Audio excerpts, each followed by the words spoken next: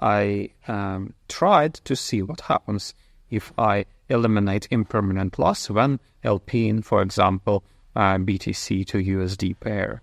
And surprisingly, I got quite good yields. And I started investigating this more and making sure that my simulations match existing pools. The results said that it is correct.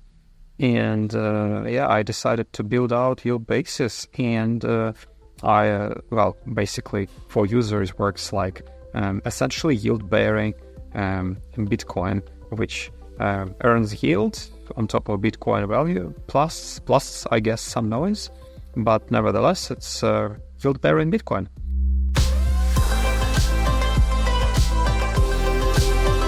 Welcome to the Edge Podcast. I'm DeFi Dad here with Nomadic.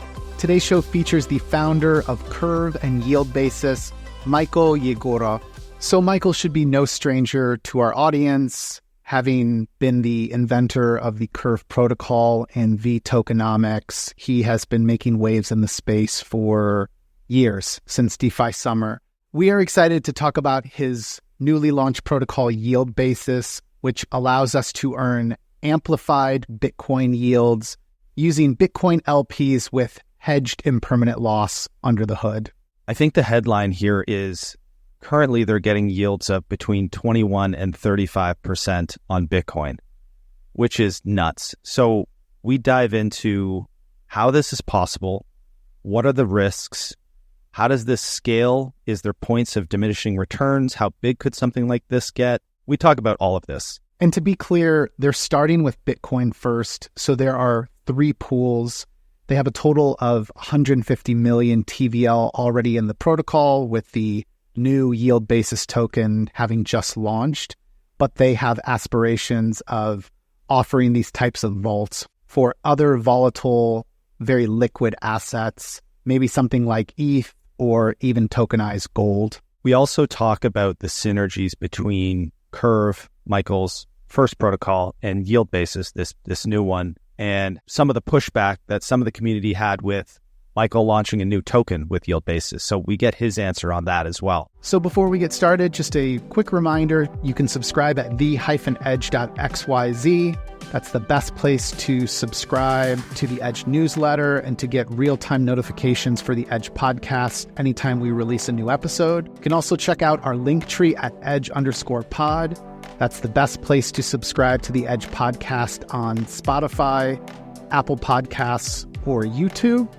And then one last shout out to all of our sponsors that make the Edge podcast and the Edge newsletter possible. Sponsors like TOROS Finance and REDSTONE. Otherwise, we hope you enjoy the episode. Grow wealth exponentially. With TOROS leveraged tokens, when the market moves in your favor, your gains become parabolic. They're built to ride trends, auto-compounding profits. With TOROS, it's simple. Pick a vault, deposit, and your exposure is multiplied, maintained, and protected automatically against liquidations. TOROS reduces risk and keeps you in the market ready for the rebound. When markets dip, the vaults auto-adjust, softening losses and preserving your position. Just pick a token to multiply your returns. TOROS Finance, exponential gains with leveraged tokens. To learn more, go to toros.finance. REDSTONE is building the Oracle backbone to unlock real-world finance on-chain and next-gen DeFi. With modular gas-efficient feeds across over 110 chains, trusted by 170 clients, supporting over 1,300 assets, from value-accruing stablecoins, liquid staking and restaking tokens, to treasuries, private credit, and commodity tokens, REDSTONE delivers accurate real-time data where it matters most. The biggest platforms and protocols in DeFi today choose REDSTONE oracles, such as Athena, Securitize, BlackRock Biddle, Pendle, Spark, and Maple Finance. If you're building the future of finance on-chain, you need REDSTONE's leading modular blockchain oracle layer. To learn more, go to redstone.finance, and thanks to REDSTONE for supporting us here at the Edge Podcast and Edge newsletter.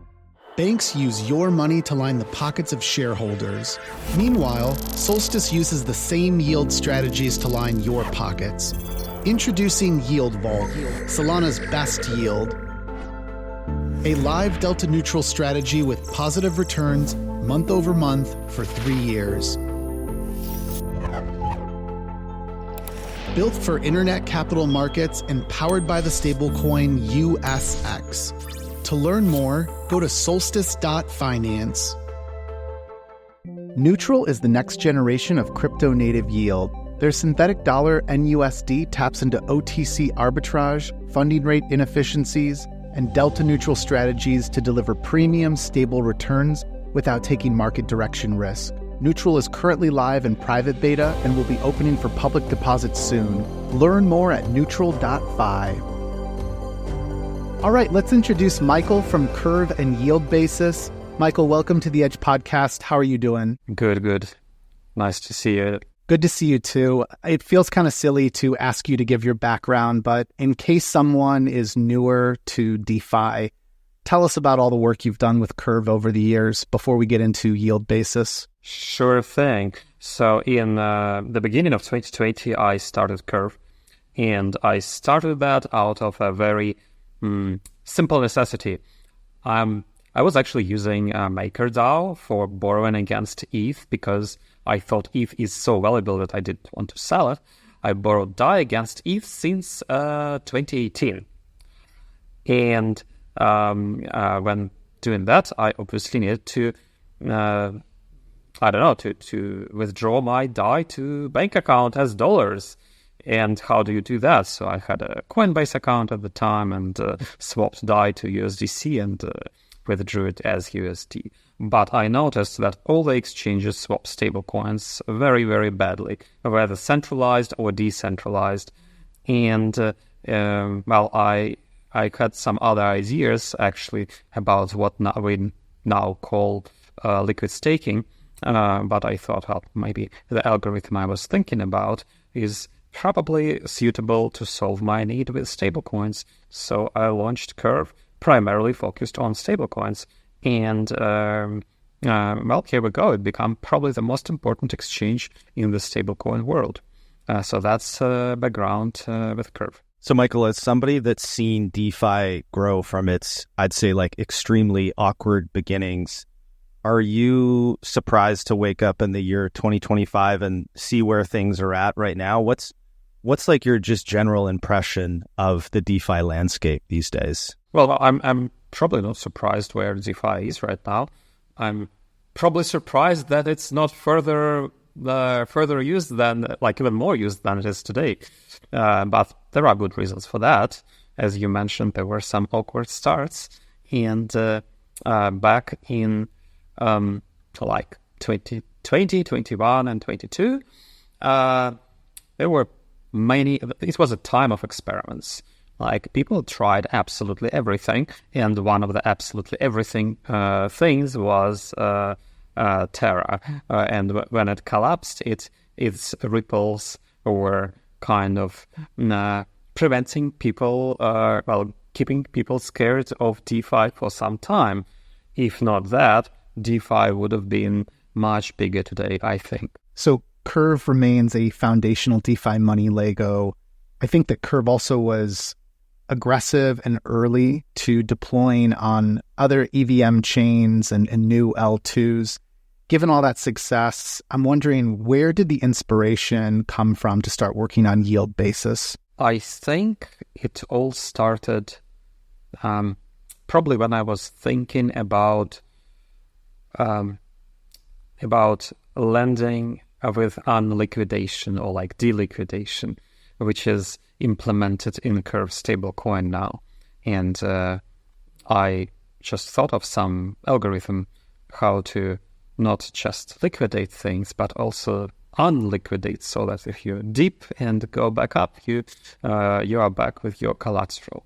But actually, if you at that time when I figured this algorithm, I realized I could turn it into a different thing and essentially use it to eliminate impermanent loss. I didn't do it at that time, and I didn't yet. I wasn't yet able to run simulations of trading cryptocurrencies in AMMs that well. Now I figured out how to do it and how to have these simulations having exceptionally good predictive power. And when I did that, I tried to see what happens if I eliminate impermanent loss when LPing, for example, BTC to USD pair. And surprisingly, I got quite good yields. And I started investigating this more and making sure that my simulations match existing pools so that I'm not lying to myself. And the results said that it is correct. And I decided to build out yieldbasis. And basically for users works like essentially yield-bearing Bitcoin, which earns yield on top of Bitcoin value, plus I guess some noise, but nevertheless it's yield-bearing Bitcoin. And right now we have almost a month of yieldbasis running, and maybe several weeks of yieldbasis running with essentially $150 million worth of Bitcoins deposited.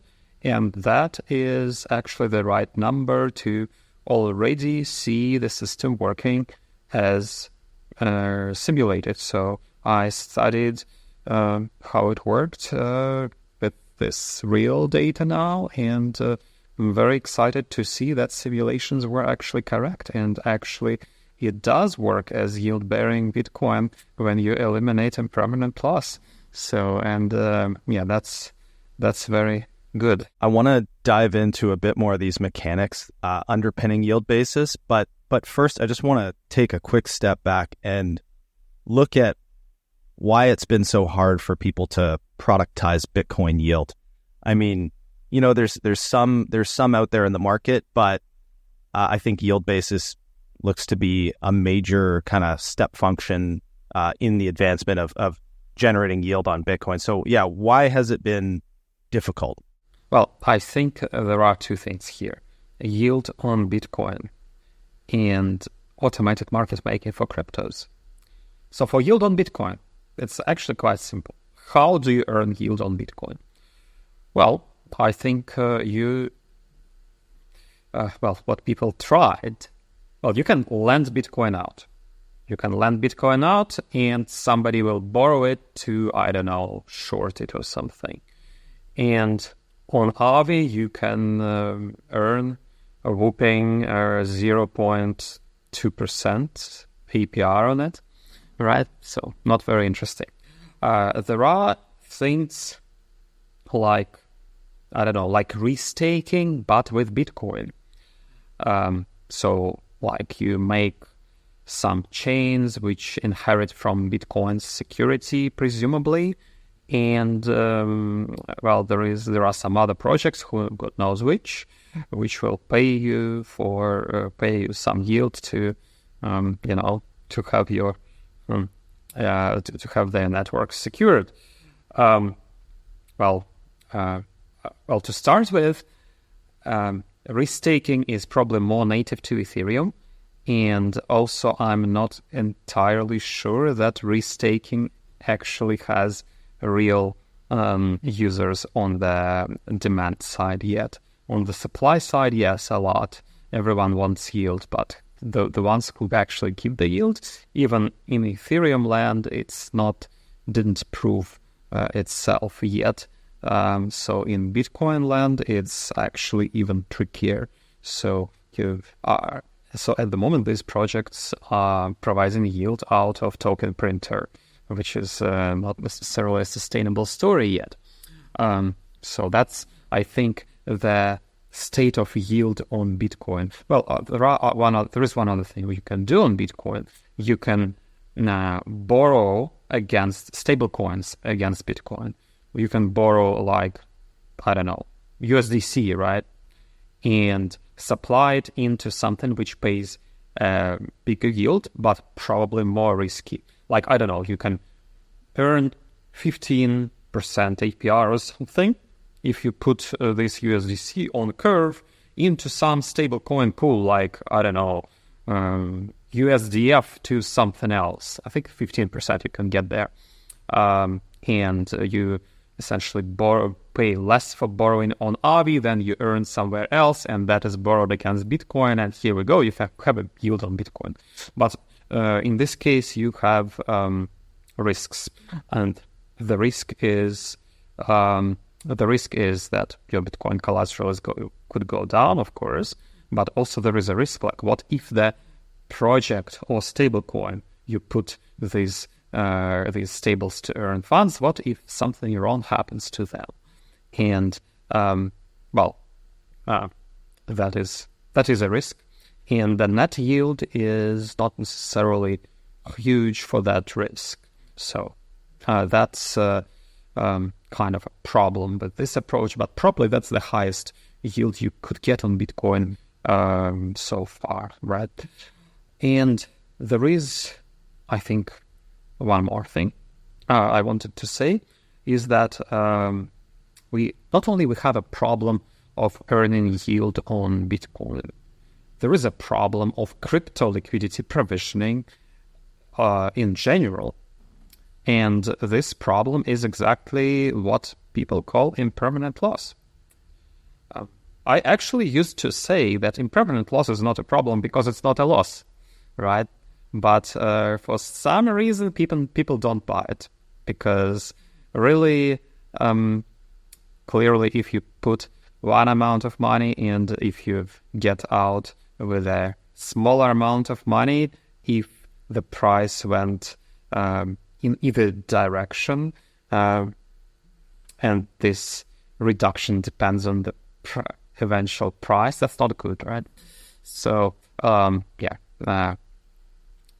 that was really one of the things which prevented people from providing liquidity.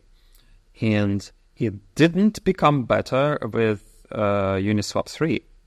So Uniswap 3 is actually a little bit like limit orders, but they are like two-way limit orders. Like when you buy from the sell limit order, it turns itself into buy limit order, right? So that's essentially almost how Uniswap works. And if you have something which reminds you of limit orders, you probably would better have market makers. And indeed, Uniswap 3 and 4 works better with market makers. And it's not really democratized liquidity provisioning. In fact, it's actually very hard for someone from general public to make money on Uniswap 3 and 4. Actually harder than it was in Uniswap 2. Well, you can make a full range position, of course, but but anyway, sounds like impermanent loss was not solved so far, and it was still unclear how to make money from market making for like a passive liquidity provider. And this is why we don't have too much liquidity in crypto pairs. Like in stable pairs, it's fine. Stable pairs are solid. When Ethereum USD supposedly crashes on Binance, on chain, everything is fine. And I can say that it means that in reality, everything is fine and something is not fine with centralized exchanges. But in DeFi, it's good. So liquidity, stable liquidity lives in DeFi. I cannot say that for crypto liquidity. And in principle, yieldbasis solves that, at least for the major cryptocurrencies, starting with Bitcoin. Yeah, so to summarize, there are multiple opportunities and challenges here. One is that Bitcoin is still the largest crypto asset in the world, and I believe something like less than 1% of it is being used for any sort of DeFi-related activity. So most of it just sits idle. Meanwhile, that audience wants more of Bitcoin. They want to earn more of it. But then the issue is that one of the best opportunities, market making or holding a liquidity provision on an AMM-like curve, the problem with that is that there's impermanent loss. And so this creates this awesome opportunity for what you're building with yield basis. We'll get to the actual yields here in a bit, but I just want to, tease the audience with the fact that I believe you forecasted yields as conservatively as 10% to, upwards of 20+%. So to go from an average yield of, let's say, less than 1%, I mean, if you lend WBTC on Aave, you're earning something like 0.01%. Just to be able to earn 1% or more is fantastic, let alone something like 10 to 20%. So before we get to those numbers, can you start to walk us through how does yield basis work? What happens under the hood? How are we earning that yield? Right. Well, first of all, we have, since 2021, there is Curve Crypto Swap. And some people think that Curve Crypto Swap is about a special shape of invariant which makes this AMM function. It's not exactly that. The essence of Curve Crypto Swap is automatically managing concentrated liquidity. Concentrated liquidity can be described by any bonding curve, but the actual trick is how do you manage concentrated liquidity? So Curve Crypto Swap does automatically manage concentrated liquidity, and that's since 2021. But there is a problem. When it manages that, you have impermanent loss exactly like in Uniswap 2. So if that property in Curve Crypto Swap is the same as in Uniswap 2. What is different is that you have concentrated liquidity and it's automatically managed, and that's why you earn actually more than in Uniswap 2. But you still have the same impermanent loss. So now let's think of what's the value of your liquidity in Uniswap 2. I don't know if you probably provided liquidity in Uniswap 2, so you probably know. But if you provide liquidity, for example, between WBTC and USDC in Uniswap 2, right? What happens? The price of your LP will be proportional to square root of Bitcoin price. So, in other words, if you put 50K worth of BTC and 50K worth of USD, you have 100K liquidity. If Bitcoin goes up by a factor of 4, your 100K turns into 200K because square root of 4 is 2. And if you didn't put money in Uniswap 2, and if you just put them aside, then your 50K of Bitcoins would turn into 200K, and you have 50K of USD, so you would have had 250K, not 200K. So that's why that's what people call impermanent loss, is that the growth here would be actually smaller inside AMM than outside, and the same actually applies to the value dropping. So you still have less in AMM than in doing nothing. But AMM earns fees on top of that. But anyway, so important is square root, right? So Uniswap 2, Curve Crypto Swap, everything has this square root dependency. And that is what we don't like. We want to invert square root. So how do we invert square root? And, inverting square root is calculating a square of it, like power of 2. So how do you make power of 2 of something? And here I had this idea. So maybe if we have compounding leverage, right? So leverage which has factor of 2, but if price of your collateral goes up, you borrow a little bit more to keep loan to value ratio the same, 50%. Maybe then you have the resultant position being square of your collateral price, and that's actually exactly how it works. So we put liquidity between Bitcoin and USD as collateral, and leveraged it by a factor of 2, and having this leveraging compounding. And if you do, or like you you put more into leverage if the price goes up, but you deleverage as the price goes down to keep LTV 50%. And if you do that, it appears that impermanent loss, this square root dependency is exactly eliminated, and the price of your position will be proportional to Bitcoin price plus the earned fees minus losses. And that appears to work. This episode is brought to you by MANTLE, pioneering a revolutionary new category called blockchain for banking by bridging TradFi and Web3 into one unified stack. With on-chain transactions, TradFi rail compatibility, and integrated DeFi features, MANTLE is reshaping how financial services work. Their flagship app UR lets users hold fiat and crypto all in one Swiss-backed account, making real-world finance usable on-chain. To learn more, go to ur.app and follow mantle_official on Twitter.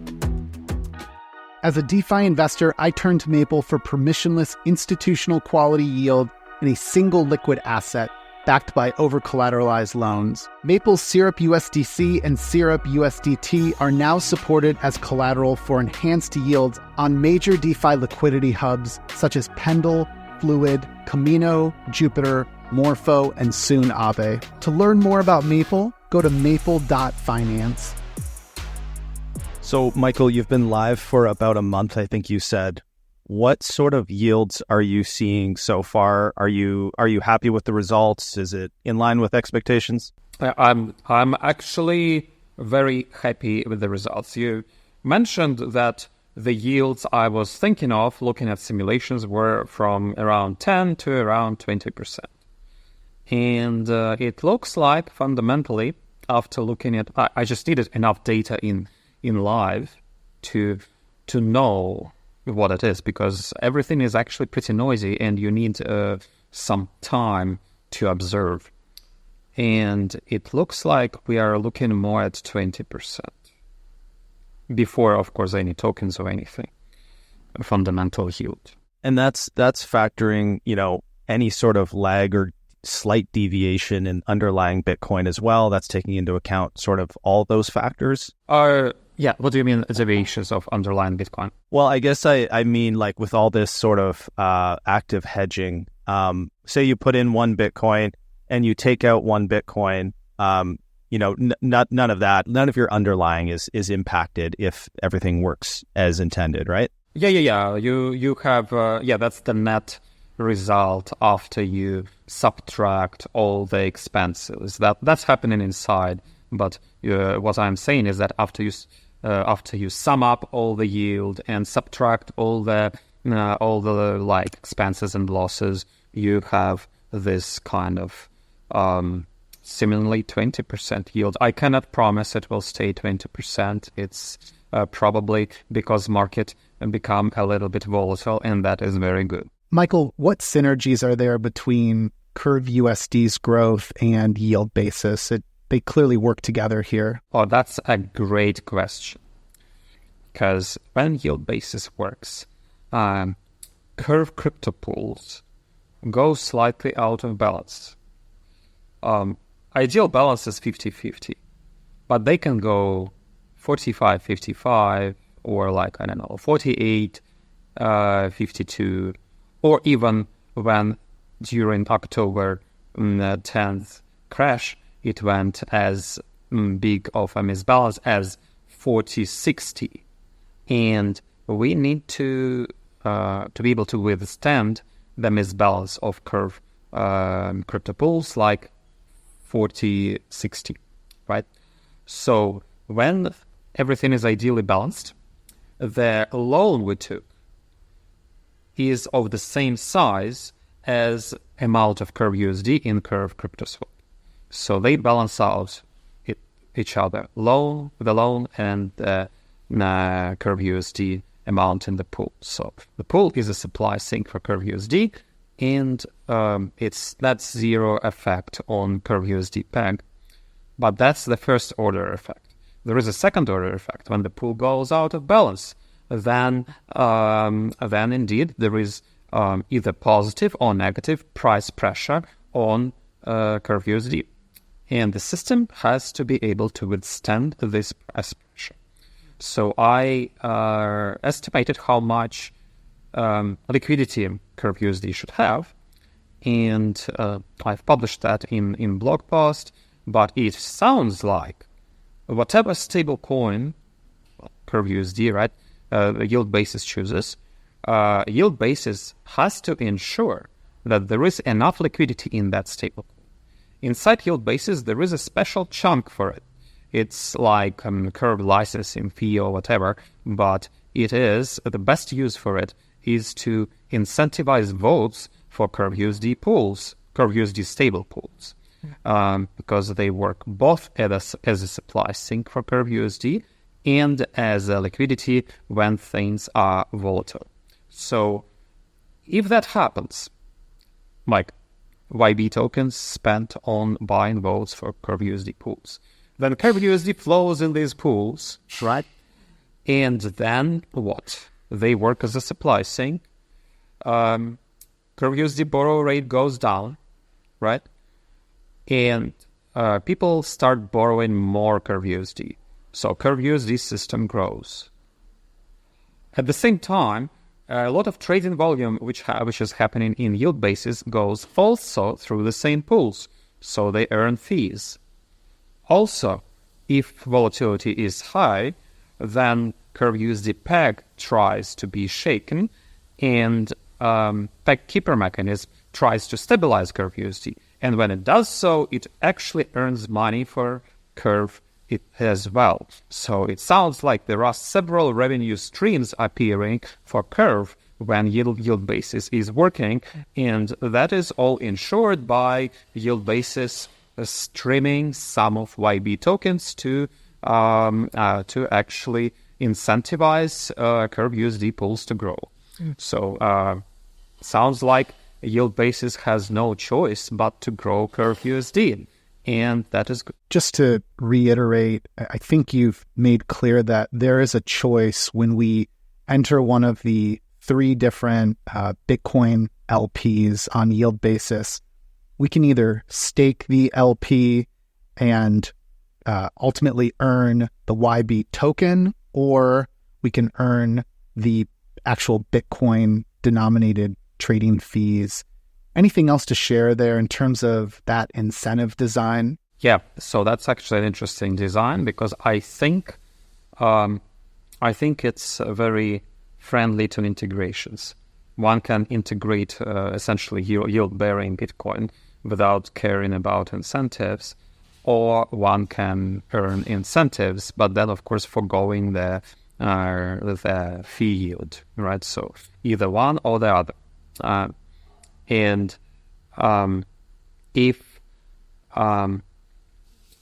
let's say if everyone stakes this liquidity, if everyone tries to earn tokens, not the real yield, then of course veYB inflation has to be at its maximum, which is fine.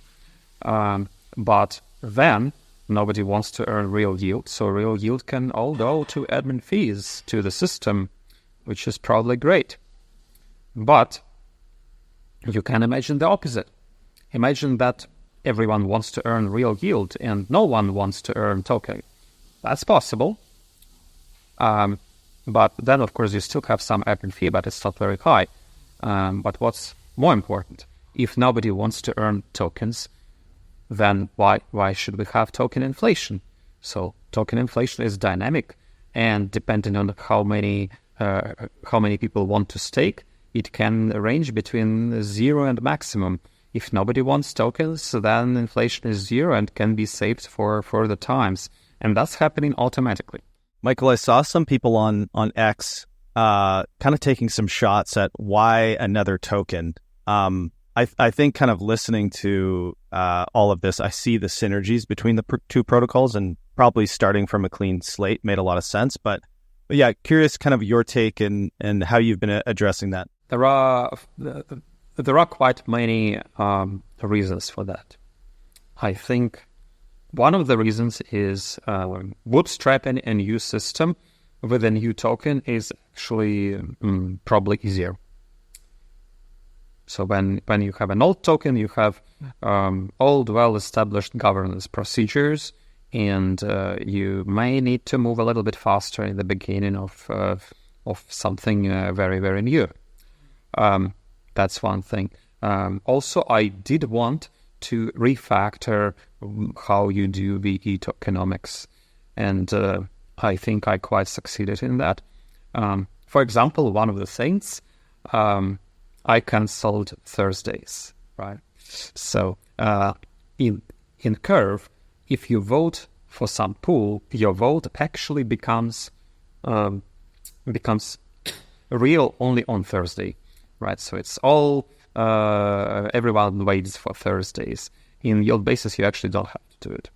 Also, token inflation is not like changing every year or every 4 years or whatever. It's just exponentially falling, and it's also dynamic, depending on how much people stake. So this is also interesting. So I just really wanted to do something new in token economic design as well, and I think that's good. One more question just on that. So correct me if I'm wrong, but was Curve the first protocol to introduce V tokenomics?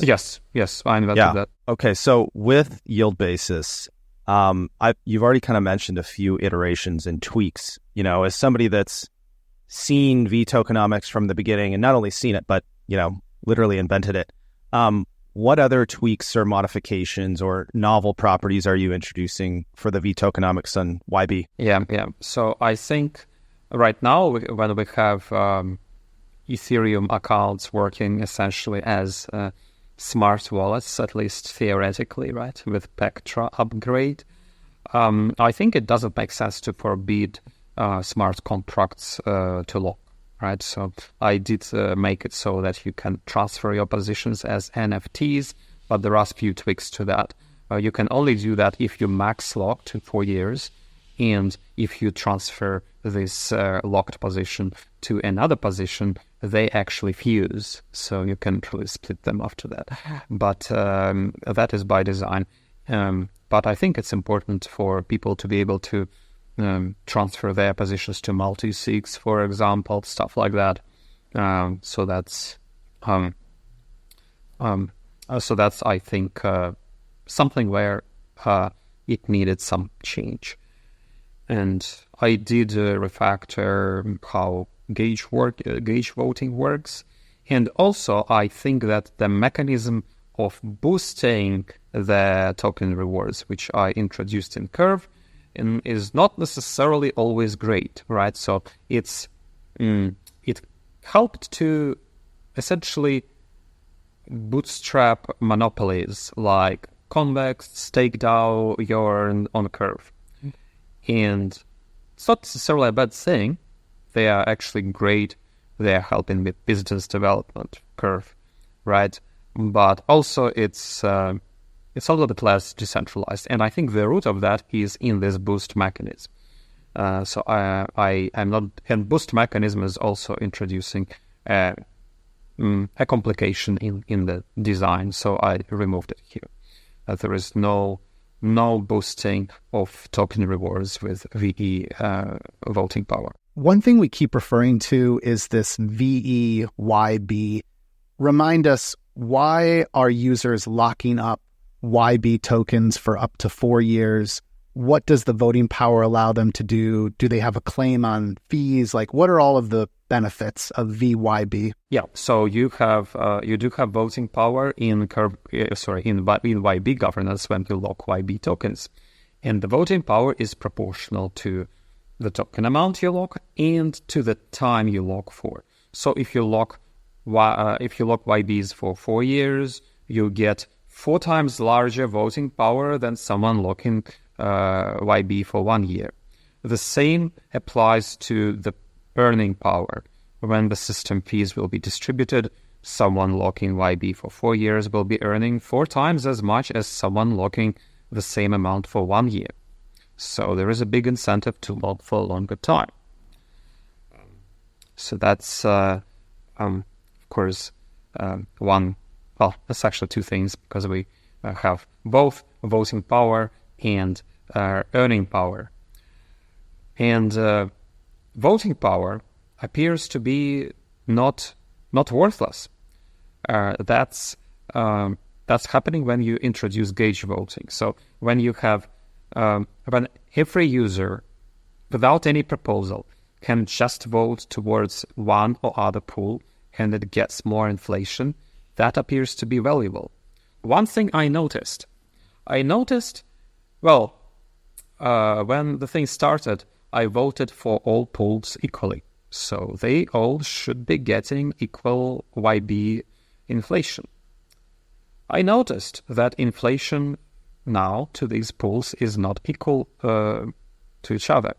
It's uneven. And thought, why? Is there a bug? So we started checking. It appears to be that people started getting YB tokens, I don't know from where, free market or whatever, locking them and voting for the pools they have deposits in. So if they deposited to TBTC, it seems like, they vote for TBTC pool, right? So they essentially vote for the pools where they have their funds to increase their earnings. And that's their use of YB even before selling their votes. So they don't sell their votes, they just use them directly to increase their revenues. That's pretty fascinating. Yeah, and one thing that's emerged in the past, if you've been, part of this crypto lore for as long as we have, is just this idea of the wars. We like to use the term wars. But one thing I see when I'm just looking at your UI right now, you've got CBBTC, TBTC, and WBTC.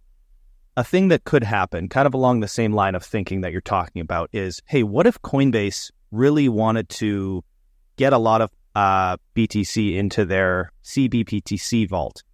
They could start putting a lot of the inflation towards that vault and hopefully attracting even more TVL.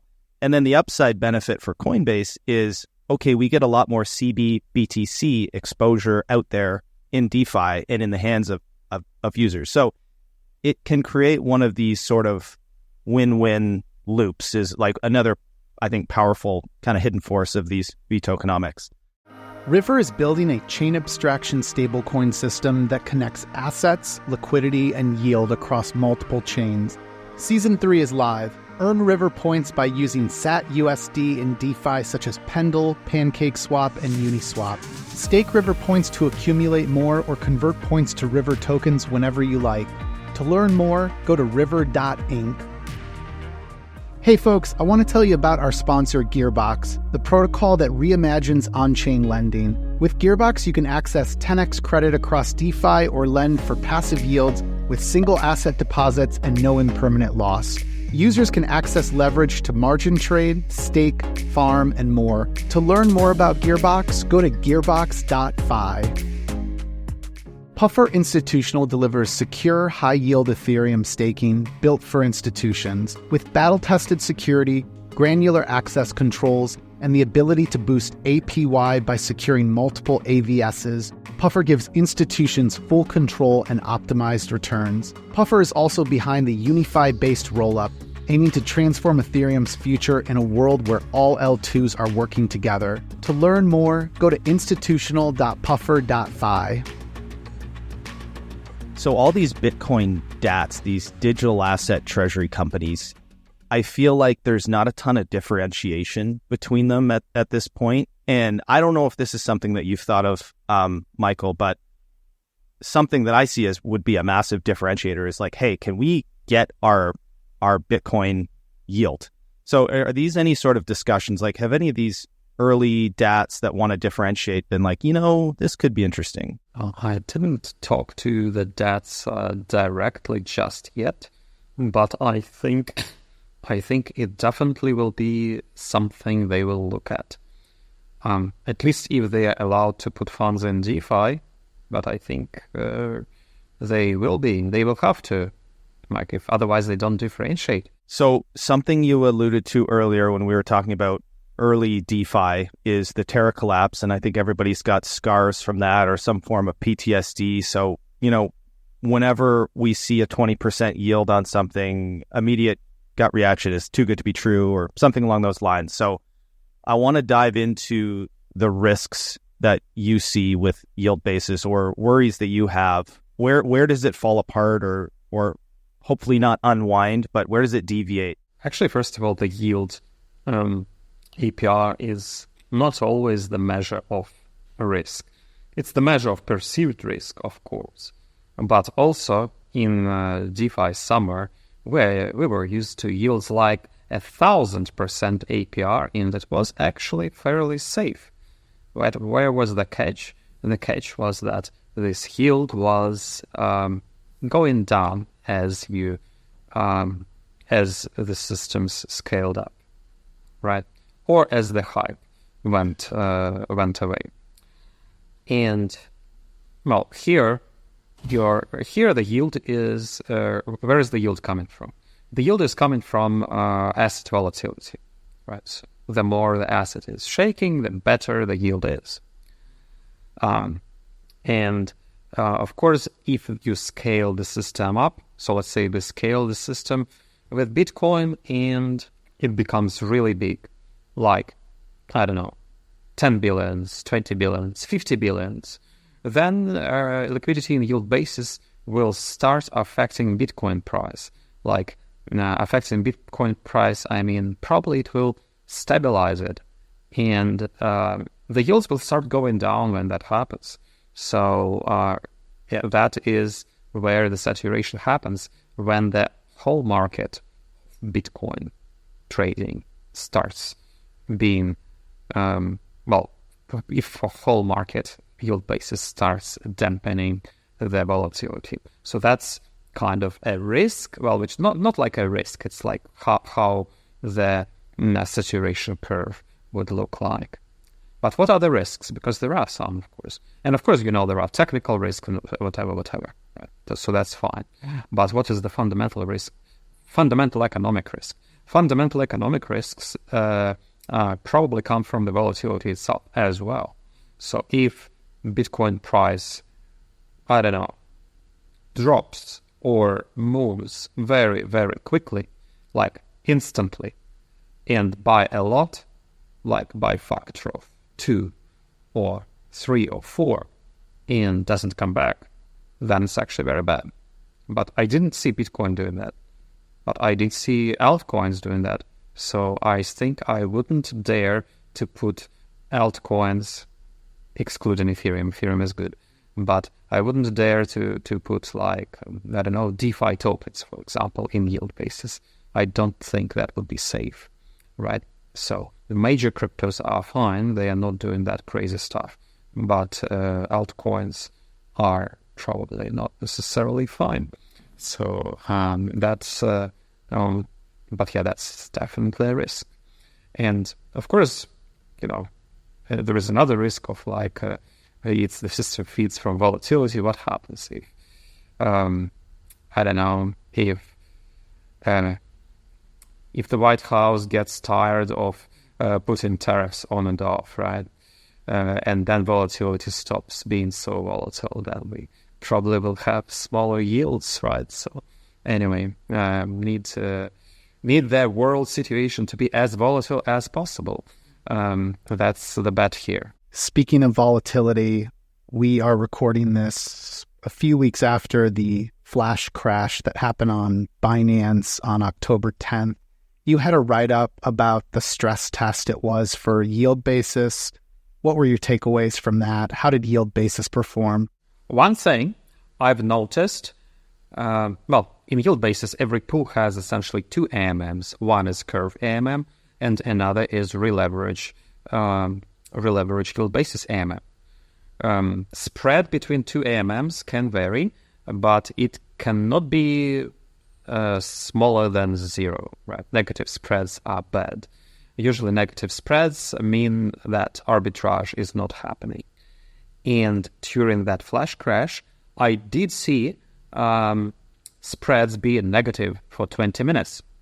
That happened because Ethereum gas went up to be very, very large.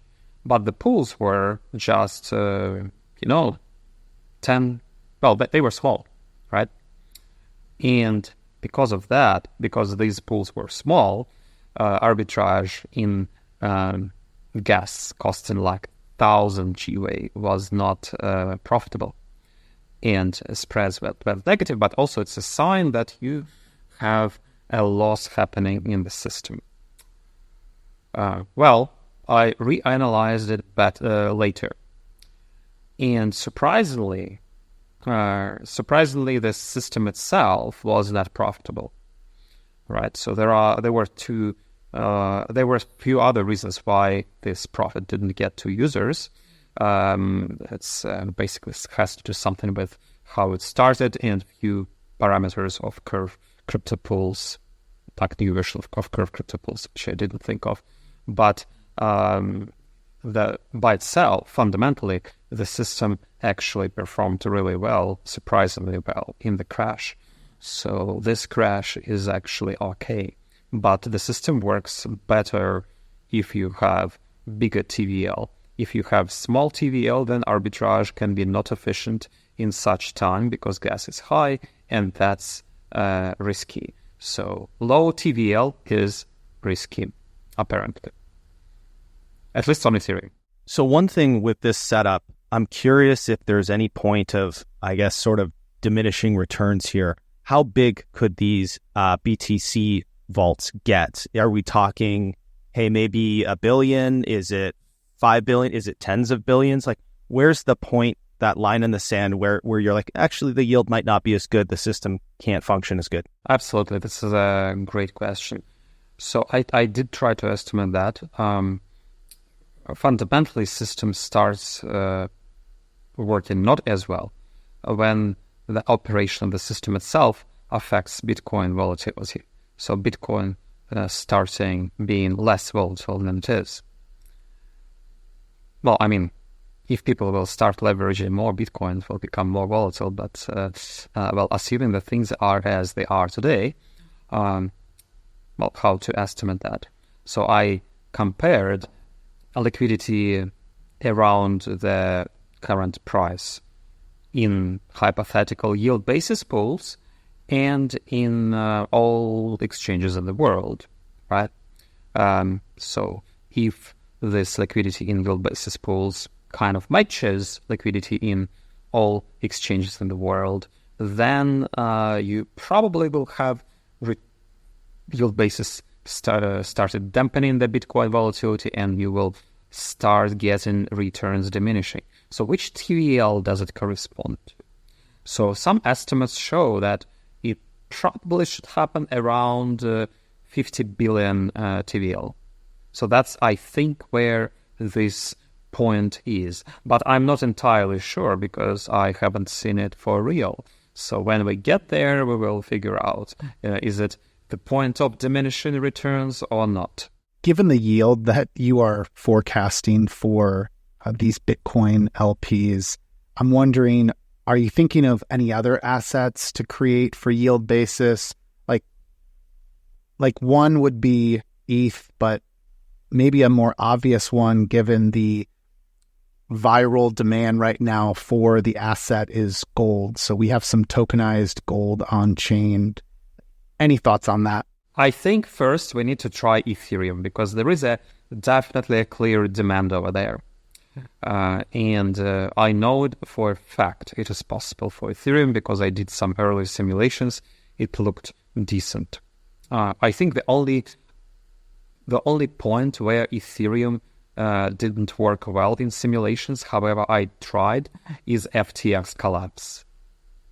Like when FTX collapsed, I couldn't get rid of the loss, right? For Bitcoin, there was no loss, but for Ethereum, there was some, several % loss, and I just couldn't get rid of it over there. So Ethereum at that time really crashed quickly and seriously.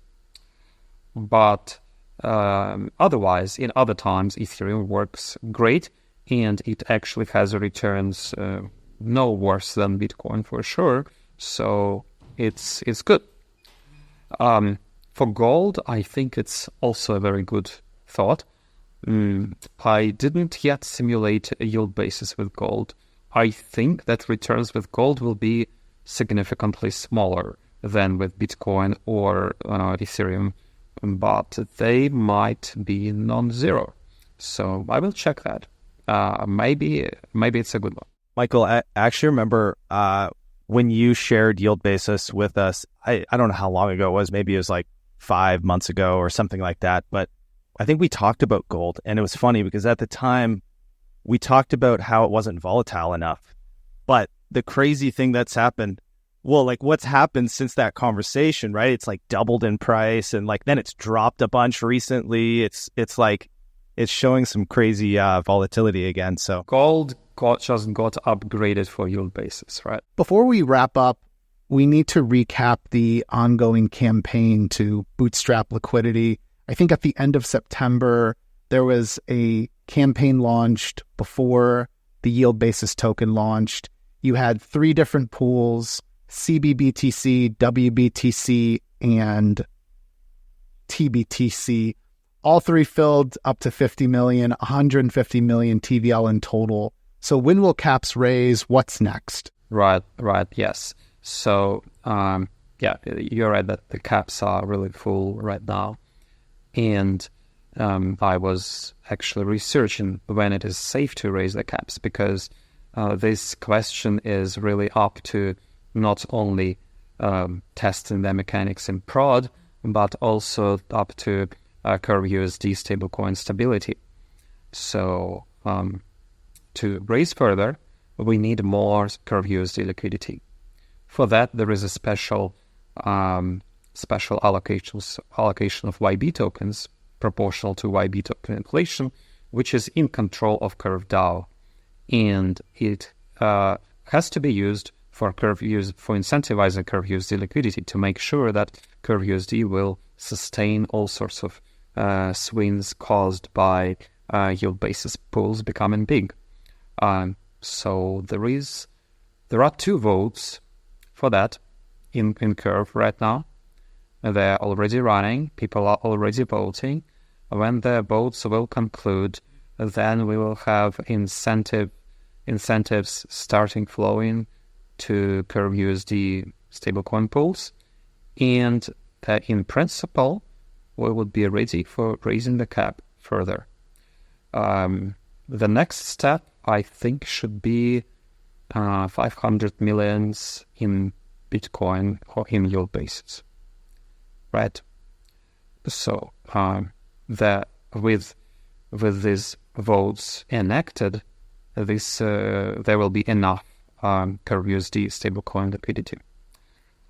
But if we want to go further, of course, we need to have Curve pools becoming even bigger. And that probably needs fee distribution to be happening internally for veYB. Because without that, you don't have the economic system being in a closed loop, and you just will not have the value of this, the value stream from YB tokens being big enough. So we need to close the value loop.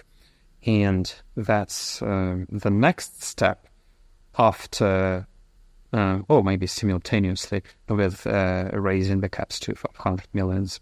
And when this value loop is closed, sometime after, we can raise caps above 500 millions.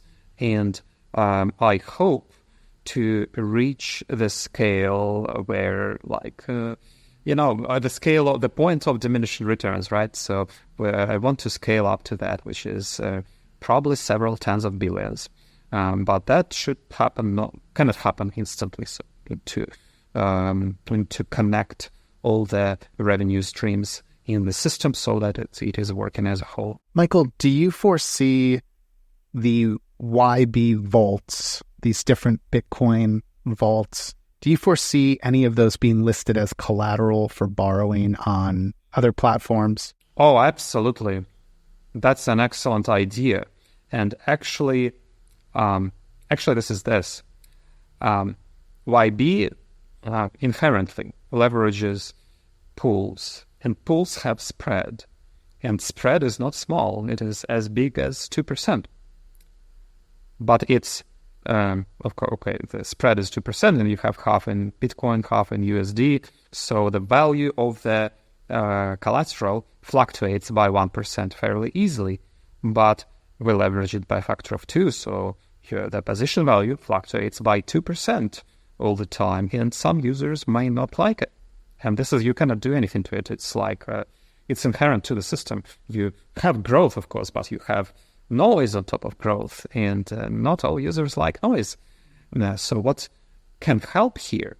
If YB BTCs are listed as collaterals, then maybe some people can lend BTC to be borrowed against that. And you will have people who absorb these fluctuations and loop, borrowing WBTC against YB WBTC. So they earn multiplied yield, and those people who lend out WBTC earn smaller yield but stable. So lending can stabilize these, eliminate these fluctuations for those who don't like it. And of course, it's also good to be in PENDLE, right? So in PENDLE, you can have like maturity dates and whatever.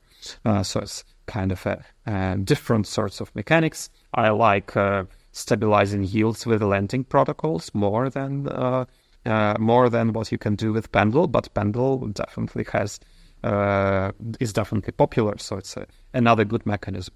So I think these are excellent DeFi tools, and they will be utilized. Do we know if a PENDLE pool will be going live soon? Like, have you confirmed any launch date, or if PENDLE will list a pool? Well, first I think we need to get the cap a little bit up, because right now everything is full. So like it's kind of doesn't make sense to do something there. But when caps are big enough, then it makes sense. Yeah, once that goes on PENDLE, I would imagine it will be able to drive some really impressive fixed yields. And obviously there's the speculative nature with YTs, and PENDLE marries those two types of users and really creates this incredible opportunity for folks who just want a fixed yield, a predictable yield, versus those who are willing to trade the yield or speculate on that yield. Yeah, that's absolutely. I think over here we could superpower all the DeFi once again. I think this is a great place for us to wrap up, guys. So first, I want to remind our listeners they can learn more about yieldbasis by going to yieldbasis.com. Follow yieldbasis on X or Twitter, whatever it is. And then follow Michael. His account is newmitchwill. We'll put that all into the show notes so you can easily find that. Michael, thank you so much for your time. Always a pleasure to get to talk with you. Very excited for those caps to get raised. I need to deposit myself into those once that becomes available. But any final word for us before we go? Yeah, I guess we covered everything. It was a great pleasure talking to you, and let's make DeFi great again. Thanks everyone for tuning in. To stay up to date with future episodes, plus get expert tips, strategies, and exclusive content, subscribe to our free newsletter at the-edge.xyz.